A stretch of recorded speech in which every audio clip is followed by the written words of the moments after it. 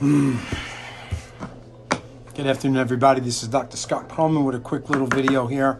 I promise not to drag this out too long. This was from a good buddy of mine, Dr. Chris, here in the state of Georgia, who posted something that I just had to share with everybody because I've been saying it a lot over the past week or two in my car and shopping around and going to different things that I need to get done, whether from my office or house or whatever. And he hits every point. But I want you to know that this is a share from Dr. Judy Markovitz. And Dr. Judy Markovitz is a PhD biochemist, cellular and molecular biologist, and virologist. Virologist has what to do for viral, okay? So she's been around a long time. She's PhD. She's very smart, very intelligent woman. And I just want to read a little something that she wrote, and then I'll comment. It's very quick and short. It's this here with that right there, not a whole lot. But make some sense about you and your mask, about keeping it on even when you're in your car. You don't want to be doing that. The mask in the stores, and walks out, a man has a mask, and people that wear them in and out of the stores, and when they walk around outside and while driving in your car, is mind-blowing to me. Do you know how unhealthy it is to keep inhaling your carbon dioxide and restricting proper oxygen flow? Cannot say enough about that. Okay, I honestly cannot believe how non-logical we've all become. We as a society seem to just listen and perceive authority without question. I don't see a whole lot of critical thought happening here, I'm sorry to say. Why I opt not to wear a mask? Well, let me break it down for you. The body requires ample amounts of oxygen for optimum health and so forth, especially during a so-called pandemic, okay? Proper oxygenation of your cells and blood is essential for the body to function as it needs in order to fight any illness or disease, okay? We know this. Without oxygen, you're not properly functioning. Mask will hamper oxygen intake. You're not getting the proper flow in and out if you don't use your mask appropriately and when you should be using it. I mean, just think of the mechanics of it. And I'll go over that in a sec. Well, let me go over that right away. If you got the mask on and you're constantly breathing in and out, you're also breathing in the carbon monoxide, which is not good for anybody.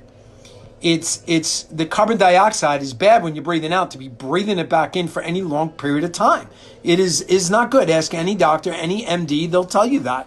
So I see people all the time myself when I read this, and it was a great share, that when I not only shop but drive around, mainly when I drive and I see other car drivers, they're out there alone or with another member that they live with or whatever with the mask on. What are you doing there?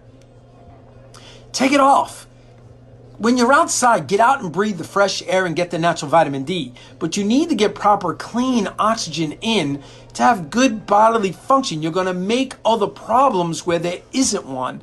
And you don't want to start doing that. So when you wear a mask, that's what you want to do, wear your mask. I'm not saying don't wear a mask. I'm saying do what you want to do, not what I do or whatever, because don't go there. That's a whole other thing. But for those of you that want to wear, be smart. Go in the store, put your mask on. You want to be safe, fine. You get in your car, take it off and breathe.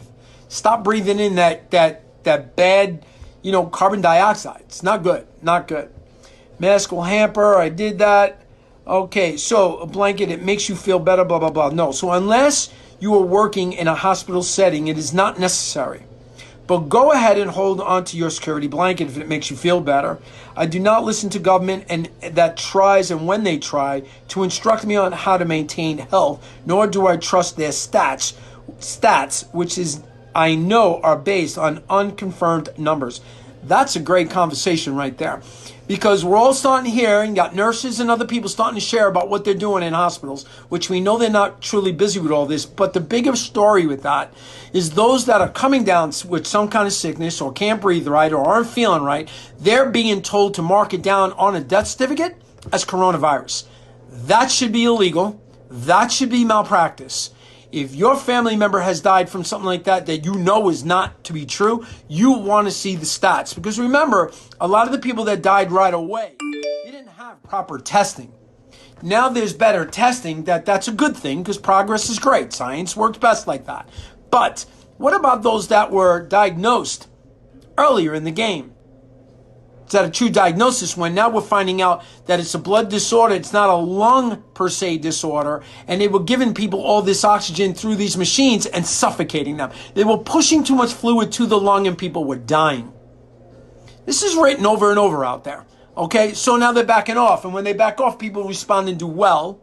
And all of a sudden, even the MDs out there are recommending now high-dose vitamin A, C, D, selenium, because people seem to be reacting and getting better.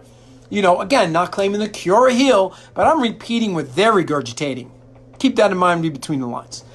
So I get what she states there, because that's true. They're marking these deaths saying corona when it's not corona. That should be malpractice and misdiagnosis, which is not legal to do.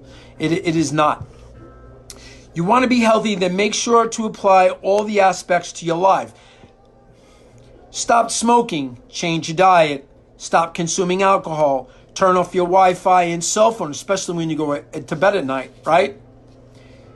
Stop getting injected with neurotoxins, stop taking toxic medications, stop using and this is a doctor talking, okay? Stop certain bad toxic medications, stop using so many chemicals in your body every day of life. Practice proper hygiene. Most importantly, go outside